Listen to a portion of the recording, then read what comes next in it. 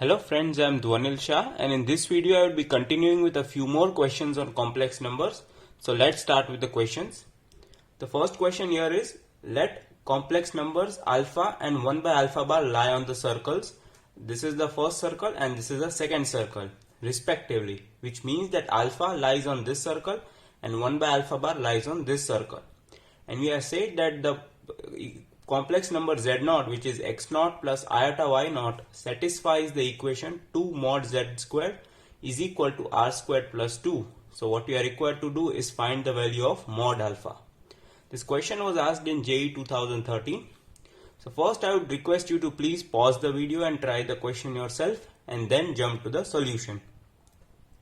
So now we can see that this is a circle with center at x0, y0 and radius r. And this is a circle with center at x0, y0 and radius 2r. But x0 and y0 are the points which is this complex number z0. So we can rewrite this equation of the circle as mod z minus z0 is equal to r. And similarly we can rewrite this equation as mod z minus z0 is equal to 2r. So here this equation is the same as the above.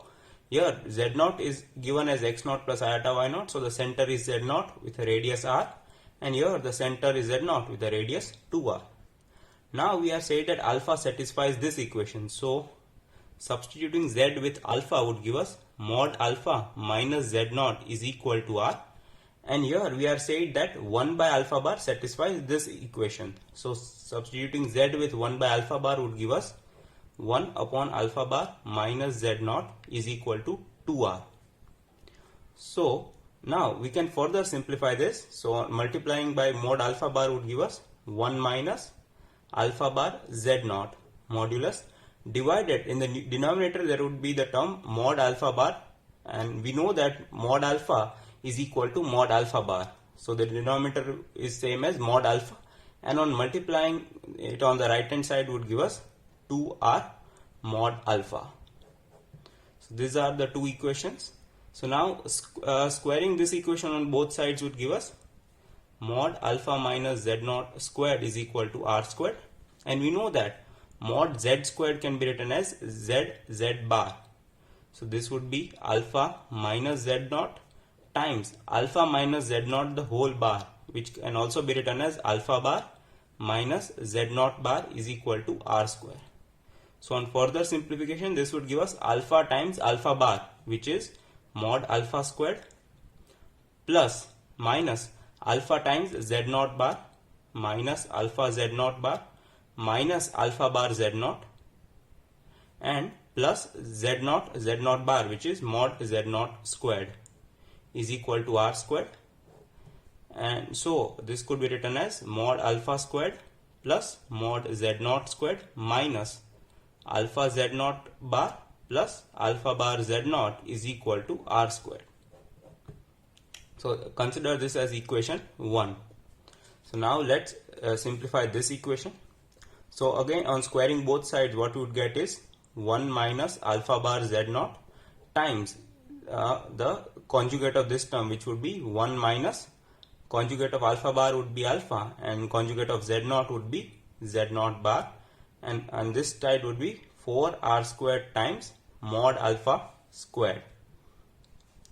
So this would give us, the first term would be 1 minus alpha z0 bar minus alpha bar z0, and this would be plus alpha bar alpha, which is mod alpha squared, times z0 times z0 bar, which is mod z0 squared, and which is equal to 4r squared mod alpha squared.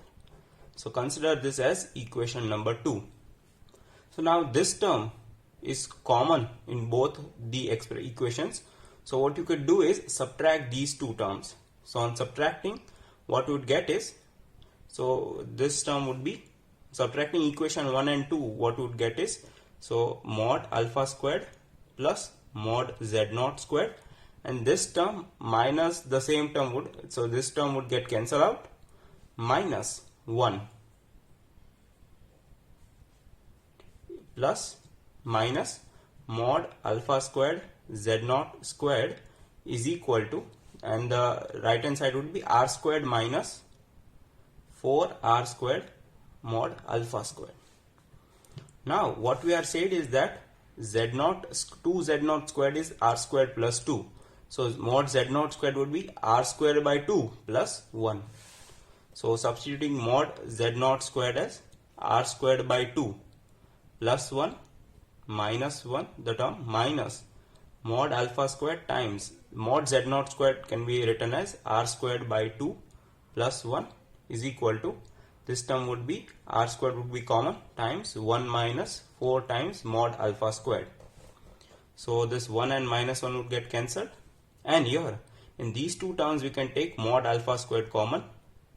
So the remaining term would be 1 minus r squared by 2 minus 1 is equal to, and taking this term on the right hand side would give us r squared minus 4r squared mod alpha squared minus r squared by 2. So this would be r squared minus r squared by 2, which is r squared by 2 minus 4r squared mod alpha squared. And this 1 and minus 1 would get cancelled. So what we are remain left is with minus mod alpha squared times r squared by 2 is equals to, the right hand side would be taking r square common would give us 1 by 2 minus 4 mod alpha squared. So cancelling the term r squared would give us, so minus mod alpha squared by 2 is equal to 1 minus 8 mod alpha squared by 2. So what we are left with is this term would transferring this term on the left hand side would give us 8 alpha squared, 8 mod alpha squared minus mod alpha squared, which is 7 mod alpha squared is equal to 1. So mod alpha squared is equal to 1 by 7, and hence mod alpha is equal to 1 by root 7. So this is the final answer for the first question. So let us start with the second question. In this question we are said that set S is given as S1 intersection S2 intersection S3, where S1 is the set of all Z belong to complex number such that mod Z is less than 4. Set S2 is the set of all complex Z such that the imaginary part of this term is greater than 0, and set S3 is the set of all Z for which real part of Z is greater than 0. This question was also asked in JEE 2013. So I request you to please pause the video and then try the question yourself and then jump to the solution. So let's start with the solution. So first let us simplify what is set S1. It is said that the set of all complex Z such that mod Z is less than 4. Now we know that mod Z minus Z0 equal to R represents a circle with center Z0 and radius R. So this term can be written as mod Z minus 0 less than 4, which means that a set of all points which lie inside the circle with center 0 and radius 4. As the sign is less than, so the points which lie inside the circle with center 0 and radius 4. So this is set S1. Now for set S3 we are said that the real part of Z is greater than 0. So if we consider Z as x plus iota y, then the real part of Z is greater than 0 means that x is greater than 0. So this is set 2. Now for set 3 is said that the imaginary part of this term is greater than 0.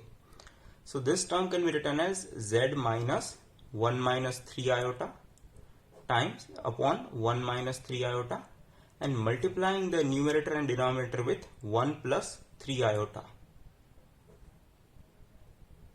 So this term would be Z times 1 plus 3 iota minus, this would be a minus b times a plus b, which is a squared 1 minus b squared. B squared is 3 iota squared, which is minus 3, and hence this would be plus 3 by 1 plus 3. So this term can further be written as Z can be written as x plus iota y. So this would be x plus iota y times 1 plus root 3i minus 4 by 4. So what all we require is the imaginary part of this expression. So which term would give the imaginary part? X times root 3 iota would give us. So the imaginary part of this expression would be x times root 3 iota, so root 3x plus iota y times 1, so plus y, and we are said that the imaginary part is greater than 0, so this is greater than 0, so this is the set 3. So now plotting these sets S1, S3 and S2, we got this figure. So set S1 is mod z less than 4, which is a circle with center at 0 and radius 4, and all points lying inside this circle is what is set S1. Set S2 is this line, root 3x plus iota plus y greater than 0. So this is the line root 3x plus y equal to 0. But what we are saying is greater than 0, which means, so how do we know which part, the part above the line or below the line? So we can satisfy any general point. Let's say we put the value of y as 0 and x as 100. So this equation is satisfied, which means the part lying above this line is what we require, S2, and S3 we are said that x is greater than 0, which means that the part on the right hand side of the y-axis. So the intersection would give us this part, the shaded part. So this is S1 intersection S2 intersection S3, and which is set as said here.